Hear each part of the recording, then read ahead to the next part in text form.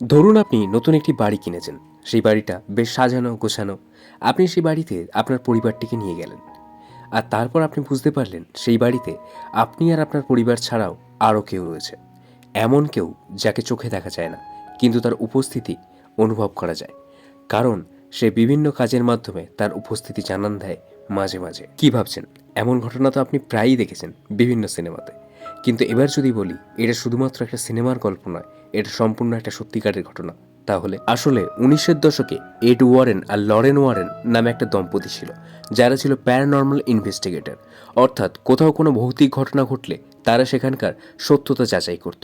আর এই add Warren আর Lauren ওয়ারেনের real লাইফের একটি নির্দিষ্ট ভৌতিক ঘটনার ওপর ভিত্তি করেই তৈরি হয়েছে আজকের এই সিনেমা, যার নাম দি কনজুরিং। আসলে আজকে আমার ঠান্ডা লেগে গলার অবস্থা কিছুটা খারাপ, সেজন্য গলার আওয়াজটা একটু অন্যরকম শোনাচ্ছে। বাট চ্যানেলে ভিডিও না বন্ধ করব না, সেজন্য আজকে এই সিনেমাটা নিয়ে এসেছি, যে সিনেমাটাকে হলিউডের অন্যতম সেরা ভয়েস সিনেমা বলা হয়। So hello everyone, welcome to my channel. আর আজ আমি এক্সপ্লেন করতে চলেছি হলিউডের one of the best horror film, যার নাম হলো দি কনজুরিং। এই ফিল্মের শুরুতে আমরা দেখি এড ওয়ারেন আর লরেন ওয়ারেন একটা কনফারেন্সে তাদের লাইফের সমস্ত ভৌতিক ঘটনা বা সুপার ন্যাচারাল এক্সপিরিয়েন্স সম্বন্ধে লোকদেরকে বলছেন।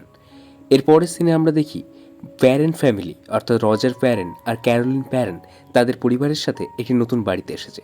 তাদের সব বাচ্চারা বাড়ির ভেতরে ঢুকে যায়, কিন্তু তাদের কুকুরটা কিছুতেই বাড়িতে ঢোকে না, যেন সে কোনো কিছু থেকে ভয় পেয়ে। এই স্বামী স্ত্রীর মোট 5টি মেয়ে ছিল: অ্যান্ড্রিয়া, ন্যান্সি, ক্রিস্টিন, সিনরি আর এপ্রিল। এপ্রিল ছিল সবচেয়ে ছোট। সে ওই বাড়ির কাছে একটি গাছের নিচে একটি ছোট খেলনা খুঁজে পায়, যে খেলনাতে একটি আয়নাও লাগানো ছিল। সব বাচ্চারা মিলে কানামাছি খেলছিল এবং খেলতে খেলতে তারা একটি কাঠের দেয়াল ভেঙে ফেলে। ওই কাঠের দেওয়ালের পেছনে একটি কাঠের দরজা লুকানো ছিল। ওই দরজা থেকে তারা বাড়ির নিচে বেসমেন্টে একটি স্টোর রুম খুঁজে পায়। ওই স্টোর রুমে একটি পুরনো পিয়ানো এবং আরও অনেক জিনিসপত্র রাখা ছিল। বাড়ির ভেতরে যখন এসব চলছে, অন্যদিকে বাড়ির বাইরে তাদের ওই কুকুরটা চারিদিকে দৌড়ে দৌড়ে শুধু চিৎকার করতে থাকে। পরের দিন সকালে ক্যারোলিন ঘুম থেকে উঠে দেখে তার পায়ে অদ্ভুত একটা আঘাতের চিহ্ন, আর তাদের ঘরের ঘড়িটা কোনোভাবে 3:07 থেমে গেছে। এরপর আমরা দেখি এপ্রিল তার বাড়ির বাইরে তাদের কুকুরটাকে মরা অবস্থায় খুঁজে পায়। তারা বুঝতে পারে না কুকুরটা কিভাবে মারা গেছে। এরপর আমরা এডকে দেখি। এড একজন রিপোর্টারকে তার ঘোস্ট মিউজিয়ামটা দেখাচ্ছিল। সেই রিপোর্টারকে বলে যে এই মিউজিয়ামে থাকা প্রত্যেকটি জিনিসই কোনো না কোনোভাবে অভিশপ্ত, মানে তাদের প্রত্যেকের ওপর কোনো না কোনো শয়তানের ছায়া আছে, এবং সেজন্য প্রতি মাসে একবার করে একজন পাদ্রী এসে এই মিউজিয়ামে পবিত্র জল ছিটিয়ে যায়। এরপর এড ওই রিপোর্টারকে অ্যানাবেল ডল দেখায়।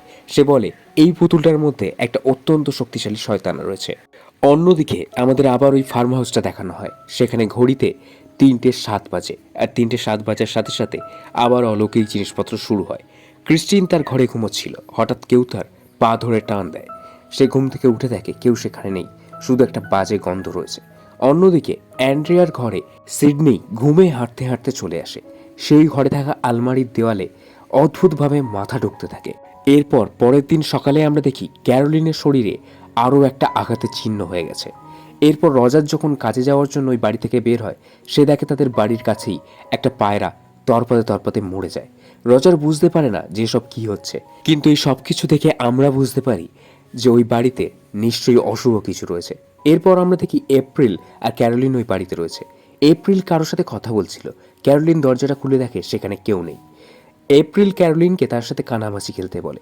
সে যখন তার সাথে কানামাছি খেলছিল, সেই সময়ই অ্যান্ড্রিয়ার ঘরে আলমারিটা আপনা থেকে খুলে যায়, আর দুটো হাত বেরিয়ে এসে আপনা থেকে তালি দেয়। ক্যারোলিন আওয়াজটা শুনে চমকে যায়। ক্যারোলিন যখন নিজের চোখটা খুলে ওই আলমারির কাছে গিয়ে সেটা খুলে দেখে, তার ভেতর তখন কেউ ছিল না। এরপর আবার কেউ ঘুমের মধ্যে ক্রিস্টিনের পা ধরে টানে, এবং সে এবার আরও জোরে তার পা ধরে টেনেছিল। ক্রিস্টিন দেখে ওই ঘরের দরজার পেছনে কেউ একজন রয়েছে, যে বলছে সে তার পুরো পরিবারকে শেষ করে দেবে। ওই ঘরে ক্রিস্টিন ছাড়াও ন্যান্সিও ছিল, কিন্তু ন্যান্সি দরজার পেছনে কাউকেই দেখতে পায় না, কিন্তু তারা দুজনেই একটা বাজে গন্ধ পাচ্ছিল। এরপর দিন সকালবেলা ক্রিস্টিন তার বাবা মা সবাইকে এই কথাটা বলে। এরপর আমরা দেখি ক্যারোলিনের শরীরে ওই আঘাতের চিহ্ন আরও অনেক হয়ে গেছে।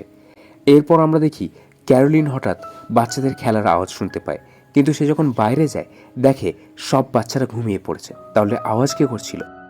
এরপর একটা অদ্ভুত ঘটনা ঘটে। বাড়ির সব ফটো ফ্রেমগুলো নিচে পড়ে গিয়ে আপনা থেকে ভেঙে যায়। ক্যারোলিন কিছু বুঝতে পারে না। এরপর ক্যারোলিন নিচে থেকে একটি মেয়ের গলার আওয়াজ শুনতে পায়। ক্যারোলিন যখন নিচে যায় সে দেখে ওখানে বেসমেন্টের দরজাটা আপনা থেকেই খুলে যায়। ক্যারোলিন যখন বেসমেন্টে নামে সে দেখে সেখানে কেউ নেই। ক্যারোলিন যখন ওপরে উঠতে যায় বেসমেন্টের দরজাটা আপনা থেকে বন্ধ হয়ে যায়। ক্যারোলিনের ধাক্কা লেগে সে নিচে পড়ে যায়। এরপর তার দিকে কেউ একটা বল ছুঁড়ে দেয়। ক্যারোলিন দৌড়ে সেখান থেকে উঠতে যায় কিন্তু বাল্বটা ফেটে যায়। এরপর ক্যারোলিন যখন মাচিস জ্বালিয়ে সেখানে আলো করতে যায় তখনই কেউ একজন পেছন থেকে হাত বাড়িয়ে সেখানে তালি বাজায়। ক্যারোলিন ওই বেসমেন্টের মধ্যেই আটকে পড়ে। অন্যদিকে আমরা দেখি অ্যান্ড্রিয়ার ঘরে সিনরি আবার এসে ওই আলমারির দেওয়ালে মাথা ঢুকছে। অ্যান্ড্রিয়া সিনরিকে নিয়ে এসে তার বিছানায় শুইয়ে দেয় আর তারপর ওই আলমারির দরজাটা আপনা থেকেই খুলে যায়। অ্যান্ড্রিয়া যখন আলমারিটা দেখতে যায় তখনই আলমারির ওপর থেকে কেউ একজন তার উপর ঝাঁপিয়ে পড়ে। সেই সময় বাড়ির বাইরে রজার এসে সব দিক থেকে চিৎকার চেঁচামেচি শুনতে পায় এবং দৌড়ে বাড়ির ভেতরে যায়। রজার সবার প্রথম দৌড়ে গিয়ে বেসমেন্টের দরজা খুলে আর ক্যারোলিনকে বের করে আনে। তারপর তারা দুজন দৌড়ে গিয়ে তাদের সব মেয়েদেরকে এক জায়গায় জড়ো করে। তারা প্রত্যেকেই প্রচণ্ড ভয় পেয়েছিল। এর পরের সিনে আমরা এড ওয়ারেন আর লরেন ওয়ারেনকে দেখি। তারা একটি ইউনিভার্সিটি কনফারেন্স হলে প্যারানর্মাল জিনিসের ওপর লেকচার দিচ্ছিল আর সেখানে ক্যারোলিনও ছিল। এরপর ওই কনফারেন্সের পরে এড ওয়ারেন আর লরেন ওয়ারেনের সাথে ক্যারোলিন দেখা করে আর তার পরিবারে ঘটা সমস্ত বিষয় সম্বন্ধে তাদেরকে বিস্তারিত বলে। এরপর এড ওয়ারেন আর লরেন ওয়ারেন তাদের বাড়িতে আসে আর তাদেরকে জিজ্ঞাসাবাদ করে। রজার আর ক্যারোলিন বলে যে তারা মাঝে মাঝে একটা অদ্ভুত দুর্গন্ধ পায়। রাতের বেলা তাদের দরজায় তিনবার টোকা পড়ে আর সকালবেলা বন্ধ হয়ে যায়। এছাড়া তাদের বাড়ির আশেপাশে যে সমস্ত পাখি আসে তারা প্রত্যেকেই সকালবেলা মারা যায়। আর এছাড়া বাড়ির প্রত্যেকটা ঘড়ি 3:07 দাঁড়িয়ে যায়। এই সমস্ত কিছু শোনার পর এড বলে যে এই সমস্ত কিছু জিনিস একদিকেই ইশারা করে তাদের বাড়িতে কোনো শয়তানি শক্তি রয়েছে। এরপর ওরা সবাই মিলে বেসমেন্টে যায়। লরেনের একটি বিশেষ ক্ষমতা ছিল, সে কোনো জায়গার কোনো শয়তানি শক্তি থাকলে বুঝতে পারত আর লরেন বুঝতে পারে ওই জায়গায় একটি ভয়ঙ্কর শক্তি রয়েছে। এদিকে এড ক্যারোলিনকে সব কিছু সম্বন্ধে বিস্তারিতভাবে জিজ্ঞাসা করে আর সেগুলোকে টেপ রেকর্ডারে রেকর্ড করে। অন্যদিকে লরেন এপ্রিলকে জিজ্ঞাসা করে যে সে কার সাথে কথা বলে। তখন এপ্রিল তাকে তার খেলনাটা দেখায়। লরেন যখন ওই খেলনাটা দেখে সে দেখতে পায় তার ভেতরে একটা ছোট্ট বাচ্চার আত্মা বন্দী রয়েছে। এই বাচ্চাটার নাম ছিল ররি আর এপ্রিল এই বাচ্চাটার সাথেই কথা বলতো। এরপর লরেন ওই জায়গায় যায় যেখান থেকে এপ্রিল ওই খেলনাটা পেয়েছিল এবং ওই গাছটার নিচে যাওয়ার পরই এপ্রিল সেই শয়তানটাকে দেখতে পায় যে তাদের প্রত্যেককে ভয় দেখাচ্ছিল। এরপর লরেন ক্যারোলিন আর রজারকে বলে যে তাদের এই বাড়ির মধ্যে একটা অত্যন্ত শক্তিশালী শয়তান রয়েছে। সে একটা আত্মা কিন্তু তার শক্তি অনেক বেশি। সে তাদের এই পরিবারকে শেষ করে ফেলবে। আর এছাড়াও সে তাদের পরিবারের প্রত্যেকের পেছনে একটি করে কালো ছায়া দেখেছে। অর্থাৎ এই পরিবারে বা এই বাড়িতে একাধিক আত্মা রয়েছে এবং তাদের সবার নজর রয়েছে তাদের পুরো পরিবারের ওপর। অর্থাৎ তারা যদি এই বাড়ি কোনোদিন ছেড়ে চলেও যায় তবুও ওই আত্মাগুলো তাদের পিছু ছাড়বে না। এড বলে তাদেরকে এই বাড়ির এক্সরসিজম করাতে হবে, একমাত্র তাহলেই সব কিছু ঠিক হয়ে যাবে। কিন্তু এক্সরসিজমের জন্য চার্চের কাছ থেকে পারমিশন নিতে হবে এবং সেজন্য তাদেরকে প্রথমে চার্চের কাছে প্রমাণ দিতে হবে যে এই বাড়িতে শয়তানি কোনো শক্তি রয়েছে। লরেন বলে তারা প্রথমে প্রমাণগুলো জোগাড় করবে আর তারপর সেগুলোকে চার্চের সামনে পেশ করবে।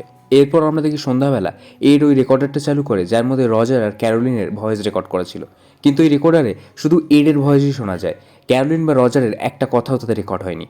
এরপর আমরা দেখি লরেন ওই বাড়িটার ইতিহাস সম্বন্ধে কিছু বলে যেটা সে রিসার্চ করে বের করেছিল। সে বলে এই বাড়িটা যে বানিয়েছিল তার স্ত্রীর নাম ছিল বাতসিবা। বাতসিবা এমন একজন মহিলা ছিল যে কালা জাদু বা ব্ল্যাক ম্যাজিকে বিশ্বাস করত। সে শয়তানের পুজো করত আর শয়তানকে খুশি করার জন্য বাতসিবা তার 7 দিনের বাচ্চাকে আগুনে জ্বালিয়ে দেয়। আর এটা করতে যখন তার স্বামী তাকে দেখে ফেলে তখন সে ওই বাড়ির বাইরে গিয়ে ওই বড় গাছটার নিচে ফাঁসি লাগিয়ে আত্মহত্যা করে। আর তারপর থেকে এই সব শুরু হয়। আর এরপর থেকে ওই বাড়িতে অনেকগুলো দুর্ঘটনা ঘটে। ররি নামে একটা বাচ্চা ছেলে ওই বাড়িতেই নিখোঁজ হয়ে যায় আর তাকে খুঁজে না পেয়ে তার মা ওই বাড়ির মধ্যেই আত্মহত্যা করে নেয়। আর তারপরও ওই বাড়িতে একটি কাজের মেয়ে আত্মহত্যা করে আর তারপর একটা বাচ্চা ছেলে ওই বাড়ির সামনে থাকা পুকুরে জলে ডুবে মারা যায়। এরপর আমরা দেখি ওখানে থাকা যে ভয়েস রেকর্ডারটা সেটা আপনা থেকে চালু হয়ে যায় এবং সেই ভয়েস রেকর্ডের মধ্যে থেকে অদ্ভুত একটা আওয়াজ শোনা যায় যেটা কোনো মানুষের গলার আওয়াজ ছিল না, কারণ তখন ঘড়িতে 3:07 ছিল, অর্থাৎ শয়তানের সময়। পরের দিন আমরা দেখি এড আর লরেন তাদের পুরো টিম নিয়ে ওই বাড়িতে যায় সেখানে ইনভেস্টিগেশন করার জন্য। তাদের সাথে একটা পুলিশ অফিসারও ছিল যে তাদের সাহায্য করত আর সেই সাথে ব্রেড নামে একটি ছেলে ছিল যে তাদের সাহায্য করবে। তারা সবাই মিলে ওই বাড়ির চারিদিকে বিশেষ ক্যামেরা আর ভয়েস রেকর্ডার লাগিয়ে দেয়। অন্যদিকে ক্যারোলিন লরেনকে একটি ছবি দেখায় সেই ছবিতে তারা পুরো পরিবার নিয়ে বেড়াতে গেছিল। লরেন বুঝতে পারে যে এই সময়টি ছিল ওই পরিবারের সবথেকে খুশির সময়, আর ক্যারোলিনও ওই সময়তেই সবচেয়ে বেশি খুশি ছিল। এড ওই বাড়ির সব জায়গায় পবিত্র জল ছিটিয়ে দেয় যাতে তার মাধ্যমে শয়তানের অসুবিধা হয় এবং সে কিছু করে এবং সেটা ক্যামেরায় রেকর্ড হয়ে যায়। ওই জল ছিটিয়ে দেওয়ার পর আমরা দেখি স্টোর রুমের দরজা আপনাদেরকে খুলে যায়। ওরা সবাই মিলে স্টোর রুমের নামে এবং সেখানে তারা কিছুই খুঁজে পায় না। কিন্তু তারা যখন স্টোর রুম থেকে ওপরে উঠে আসে সেই সময় তারা কিছু শুনতে পায়, কিন্তু সেখানে কিছুই ছিল না। যাই হোক, ওই দিন রাতে আর কিছু হয় না। পরের দিন সকালে সবাই মিলে একসাথে বসে ব্রেকফাস্ট করছিল আর সবাই বেশ খুশি ছিল। এরপর আমরা দেখি এড ক্যারোলিনকে বলে যে তুমি এবার গিয়ে রেস্ট নিয়ে নাও, আমি আর লরেন সব কিছু সামনে নিচ্ছি। এরপর আমরা দেখি লরেন কাপড় শুকাচ্ছিল আর তখনই সে দেখে কাপড়ের পেছনে কেউ একজন দাঁড়িয়ে রয়েছে, আর যেটা বাথসিবা ছিল। আর এরপরই ওই কাপড়টা উড়ে গিয়ে ক্যারোলিনের বেডরুমে গিয়ে লাগে, আর কাপড়টা জানলা থেকে সরানোর পর সেখানে দেখা যায় বাথসিবা দাঁড়িয়ে রয়েছে। লরেন বুঝতে পারে যে বাথসিবার শিকার হলো ক্যারোলিন। সে দৌড়ে ক্যারোলিনের কাছে যেতে চায়, কিন্তু তার আগেই বাথসিবা সেখানে পৌঁছে যায়। বাথসিবা ক্যারোলিনকে নিজের বশে নিয়ে নেয়, কিন্তু লরেন এসবের কিছুই জানতে পারে না। সে যখন যায় সব কিছু স্বাভাবিক ছিল। এরপর আমরা থেকে ওই পুলিশ অফিসার ওই কাজের মেয়েটাকে দেখতে পাই, যে মেয়েটা ওই বাড়িতেই সুইসাইড করে নিয়েছিল। ওই মেয়েটা ওই পুলিশ অফিসারকে ভয় দেখিয়ে দেয়। এরপর আমরা দেখি ন্যান্সি ঘুমের মধ্যে হাঁটতে হাঁটতে অ্যান্ড্রিয়ার ঘরে চলে যায়। কিন্তু ন্যান্সি যখন ওখান থেকে হেঁটে যাচ্ছিল সিঁড়ি থেকে, তখন থার্মাল ক্যামেরাগুলো আপনাদেরকেই ন্যান্সির ছবি তোলে, অর্থাৎ ন্যান্সির সাথে ওখানে কোনো শয়তানি শক্তিও ছিল। ন্যান্সি অ্যান্ড্রিয়ার ঘরে চলে যাওয়ার পর দরজাটা আপনা থেকে বন্ধ হয়ে যায়, আর একটা বাচ্চার গলার আওয়াজ শোনা যায় যে বলে যে তুমি এখানে লুকিয়ে পড়ো। ওরা সবাই মিলে দৌড়ে দরজাটা খোলে আর ওই ঘরের মধ্যে ন্যান্সিকে খোঁজার চেষ্টা করে, কিন্তু ন্যান্সি কোথাও ছিল না। তারা ওই ঘরের চারিদিকে লাইট নিয়ে খুঁজতে থাকে, কিন্তু তারা ন্যান্সিকে পায় না। অবশেষে তারা ওই আলমারির ভেতরে একটি জায়গা খুঁজে পায়, যেখান থেকে একটি সুড়ঙ্গের রাস্তা ছিল। এরপর এপ্রিল লরেনকে বলে যে ররি যখন প্রচণ্ড ভয় পেয়ে যায় সে তখন ওই জায়গাটাতে গিয়েই লুকায়। এইটা শুনে লরেন ওই জায়গাটাতে ঢোকে। সে গিয়ে ওখানে ওই মিউজিক টয়টা রাখার জায়গা খুঁজে পায়, আর সেই সাথে সে ওখানে একটা ফাঁসির দড়িও খুঁজে পায়।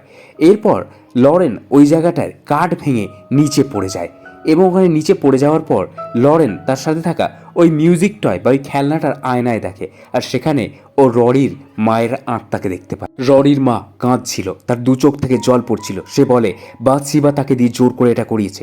বাথসিবা তার নিজের হাত দিয়ে তার নিজের সন্তান ররিকে মেরে ফেলেছে। এরপর আমরা ওখানে বাথসিবাকে দেখতে পাই। বাথসিবাকে দেখে লরেন ওখানে পালাতে শুরু করে, কিন্তু বাথসিবা লরেনের গলার চেনটা টেনে ধরে। তার ওই গলার চেনটা একটি লকেট ছিল, যে লকেটের মধ্যে লরেনের মেয়ে জুডির ছবি ছিল, এবং ঠিক একই রকমের লকেট জুডির গলাতেও ছিল। লরেনের গলার লকেটটা ছিঁড়ে যায় আর সে দৌড়ে ওখান থেকে বাইরে বেরিয়ে আসে। বাইরে বেরিয়ে লরেন সবাইকে বলে যে বাথসিবা শুধুমাত্র মায়েদের ওপর ভর করে, এবং সে মায়েদের ওপর ভর করে মায়ের হাত থেকে তার সন্তানকে মেরে ফেলে। এবং এখন বাথসিবা ক্যারোলিনের ওপর ভর করতে চাইছে। ক্যারোলিনের শরীরে যে আঘাতের চিহ্নগুলো আছে সেগুলো তারই প্রমাণ। এরপর আমরা দেখি ওই ঘরে থাকা সমস্ত ক্রস চিহ্নগুলো আপনা থেকে নিচে পড়ে যেতে শুরু করে, আর তারপর কেউ একজন ন্যান্সিকে ধরে এদিক ওদিক টেনে নিয়ে যায় আর তাকে মারে। ওরা কোনোভাবে ন্যান্সিকে ধরে তাকে বাঁচিয়ে নেয়, আর এরপর আমরা দেখি ওরা সবাই মিলে ওই বাড়িটাকে ছেড়ে দেয়। আর এড রজারকে বলে যে এই সমস্ত কিছু প্রমাণ সে চার্চের সামনে পেশ করবে, আর তারপর তারা এই বাড়ির এক্সোরসিজম করাবে। এরপর আমরা দেখি লরেন জুডির গলার আওয়াজ শুনতে পায়, আর জুডির গলার আওয়াজ শুনে যখন সে ওই পুকুরে যায় সে জুডির লাশ দেখতে পায়। সে প্রচণ্ড ভয় পেয়ে যায়। সে জুডির খোঁজ খবর নেয় ফোন করে, এবং সে এডকে বলে এটা তাদের জন্য একটা হুমকি ছিল। বাথসিবার নজর জুডির ওপরও পড়েছে। এরপর আমরা দেখি এড আর লরেন মিলে ফাদারের কাছে গিয়ে ওই বাড়ির সমস্ত ঘটনার প্রমাণপত্র পেশ করে। তারা তার কাছে ন্যান্সির ওই ছবিগুলো দেখায়, যেখানে ন্যান্সির সাথে ররির আত্মাকেও পরিষ্কার দেখা যায় থার্মাল ক্যামেরার ছবিতে। এর সব কিছু শোনার পর ফাদার ওদেরকে বলে যে ওই বাড়িতে এক্সোরসিজম করানোর জন্য তাকে ওপর মহলের কাছ থেকে পারমিশন নিতে হবে, কারণ ওই বাড়িতে থাকা পরিবারটি ক্যাথলিক নয়, সেই জন্য তার ওপরের কর্তৃপক্ষের সাহায্য লাগবে। এরপর আমরা দেখি এড আর লরেনের মেয়ে জুডির কাছে বাথসিবা ওই লকেটের মাধ্যমে পৌঁছে যায়। সে তার পা ধরে টান দেয়, সাথে সাথে জুডির ঘুম ভেঙে যায়। সে ঘুম থেকে উঠে এদিক ওদিক তার বাবা মাকে খুঁজতে শুরু করে, আর সেই সময় সে তাদের ঘোস্ট মিউজিয়ামে ঢোকে এবং ঢুকে দেখে সেখানে অ্যানাবেল পুতুলটা নেই, যে পুতুলটাকে সে খুব বেশি ভয় পেত। আর এরপর সে দেখতে পায় বাথসিবা একটি চেয়ারে অ্যানাবেল পুতুলটাকে কোলে নিয়ে বসে আছে, আর অ্যানাবেল পুতুলটাও বাথসিবার কন্ট্রোলে ছিল। জুডি প্রচণ্ড ভয় পেয়ে যায়, কিন্তু সেই সময় আমরা দেখি এড আর লরেন ওখানে পৌঁছে যায়। তারা পৌঁছেই কোনোভাবে নিজেদের মেয়েকে বাঁচিয়ে নেয়। আর এরপর আমরা দেখি অন্যদিকে ক্যারোলিন ক্রিস্টিন আর এপ্রিলকে তার সাথে নিয়ে কোথাও একটা চলে যায়। রজার যখন এই ব্যাপারে জানতে পারে, রজার সাথে সাথে এডকে ফোন করে। এড এই কথাটা লরেনকে বলার পর লরেন বলে যে ক্যারোলিন নিশ্চয়ই ওদেরকে নিয়ে ওই বাড়িটাতেই ফেরত গেছে, কারণ বাথশিবা ক্যারোলিনের ওপর নিজের বশ করে নিয়েছে এবং সে নিশ্চয়ই ক্রিস্টিন আর এপ্রিলকে নিয়ে গিয়ে ওই বাড়িতে মেরে ফেলবে। এরপর ওরা সবাই মিলে পুরো টিম নিয়ে ওই বাড়িতে পৌঁছায়। সেখানে গিয়ে তারা কোনোভাবে বাথশিবার বসে থাকা ক্যারোলিনের হাত থেকে ক্রিস্টিনকে বাঁচায়। তারপর ওরা ক্রিস্টিনকে গাড়িতে বসিয়ে দেয়, কিন্তু এই পুরো ইনসিডেন্টটা দেখে এপ্রিল প্রচণ্ড ভয় পেয়ে যায়, সে কোথাও একটা পালিয়ে যায়। ওরা সবাই মিলে ক্যারোলিনকে আটকানোর চেষ্টা করে, ওরা ক্যারোলিনকে ধরে ওই বাড়ির বাইরে আনার চেষ্টা করে, কিন্তু ঠিক তখনই তার সারা শরীরে ঘা ভর্তি হয়ে যায়। লরেন বুঝতে পারে যে বাথশিবা তাকে ওই বাড়ির বাইরে আসতে দেবে না। তারা যদি জোর করে ক্যারোলিনকে ওই বাড়ির বাইরে আনে তাহলে বাথশিবা ক্যারোলিনকে ওখানেই মেরে ফেলবে। এরপর আমরা দেখি বাথশিবা ক্যারোলিনকে টেনে ওই স্টোর রুমেই আবার নিয়ে চলে যায়। ওরা সবাই মিলে স্টোর রুমে দৌড়ে যায় এবং ক্যারোলিনকে সামলানোর চেষ্টা করে, কিন্তু বাথশিবার ক্ষমতায় ক্যারোলিন এত বেশি শক্তিশালী ছিল যে তাকে কোনোভাবেই সামলানো যাচ্ছিল না। এদিকে সবাই যখন ক্যারোলিনকে সামলানোর চেষ্টা করছিল, অন্যদিকে ব্রেড এপ্রিলকে খোঁজার চেষ্টা চালাচ্ছিল। ওরা সবাই একসাথে মিলেও ক্যারোলিনকে সামলাতে পারছিল না। ক্যারোলিন ওই পুলিশ অফিসারের ঘাড়ে কামড়ে ধরে, তার ঘাড় থেকে রক্ত ঝরতে শুরু করে। ওরা সবাই মিলে একসাথে ক্যারোলিনকে একটি চেয়ারে ভালোভাবে বেঁধে দেয়। ক্যারোলিনের অবস্থা দেখে এড ঠিক করে যে ফাদারের বদলে সে নিজেই এক্সোসিজম করবে এবং সে বাইবেল বের করে মন্ত্র পড়া শুরু করে। বাইবেলের পবিত্র মন্ত্র শুনে বাথশিবা আরও বেশি হিংস্র হয়ে যায়, সে তার সর্বশক্তি প্রয়োগ করতে থাকে। কিন্তু এড এদিকে থেমে থাকে না, সে তার মন্ত্র পর্ব পড়তেই থাকে যাতে সে খুব তাড়াতাড়ি এই এক্সোসিজমটাকে কমপ্লিট করতে পারে। কিন্তু বাথশিবাও নাচরবান্ধা ছিল, সে ওই এক্সোসিজমটা আটকানোর জন্য পুরো চেয়ারটাকে হাওয়াতে উড়িয়ে নেয় আর তারপর সেটাকে মাটিতে ফেলে যাতে চেয়ারটা ভেঙে যায় এবং বাথশিবা মানে ক্যারোলিন সম্পূর্ণরূপে মুক্ত হয়ে যায়। অন্যদিকে ব্রেড বেসমেন্টের তলায় এপ্রিলকে খুঁজে পেয়ে যায়। সে চেঁচিয়ে বলে যে বেসমেন্টের তলায় এপ্রিল রয়েছে। এটা শুনে ক্যারোলিন ওখানে থমকে যায়, সে দৌড়ে ওখান থেকে চলে যায় এপ্রিলকে মারার জন্য। সে এপ্রিলকে ধরে ফেলে, কিন্তু সে এপ্রিলকে মেরে ফেলার আগেই এড সেখানে পৌঁছায়। এড সেখানে তার হাত বাড়িয়ে এক্সোসিজম কমপ্লিট করার জন্য মন্ত্র উচ্চারণ করতে থাকে।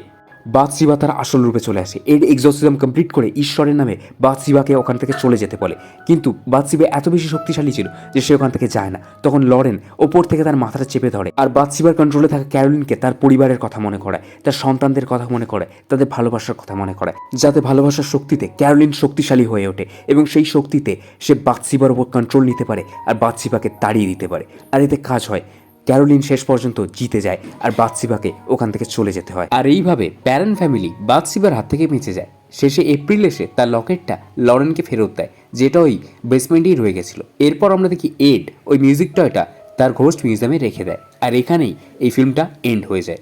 এই ফিল্মটি সাধারণ একটা হরর ফিল্ম হলেও এই ফিল্মটা শেষ হতে হতে দারুণ একটা জিনিস আমাদের বলে যায়, আর সেটি হলো এই পৃথিবীতে ভালোবাসার চেয়ে বড় শক্তি আর কিছু নেই। কারণ যেখানে বাইবেলের শক্তি দিয়ে এক্সোসিজম করে ঈশ্বরের নাম নিয়েও বাথশিবাকে তাড়ানো যায়নি, সেখানে ক্যারোলিনকে তার ভালোবাসার মানুষদের, তার পরিবারের মানুষদের কথা মনে করিয়ে, তাদের সাথে কাটানোর সময় মনে করিয়ে তাকে এমন শক্তিশালী করা যায় যে তার মাধ্যমে সে বাথশিবাকে তাড়াতে সক্ষম হয়। আর বাস্তবে তো এটাই হয়, যখনই আমরা কোনো বিপদে পড়ি বা দুর্বল হয়ে পড়ি তখন আমরা শক্তি গ্রহণ করি বা সাপোর্ট পাই আমাদের কাছের মানুষ বা আমাদের পরিবার বা আমাদের ভালোবাসার মানুষদের কাছ থেকে। আর দ্য কনজুরিং মুভিটা আমাদের সেটাই দেখায়। আর সেজন্যই নিজের ভালোবাসার মানুষদেরকে আরও বেশি করে ভালোবাসুন, তাদের সাথে আরও বেশি করে সময় কাটান, কারণ সেই সময়টি আপনার জীবনের সবথেকে দামি মুহূর্ত। তো যাই হোক, এই ছিল আজকের মুভি দ্য কনজুরিংয়ের এক্সপ্লেনেশন। এবার যদি এক্সপ্লেনেশন ভালো লাগে তো লাইক করে দিও, আর খারাপ লাগলে কমেন্টে জানিও কোন কোন জিনিসগুলো ইমপ্রুভ করা যেতে পারে, তাহলে আমি সেই সমস্ত জিনিসের উপর নজর দেবো। সো আজকের জন্য গুড বাই।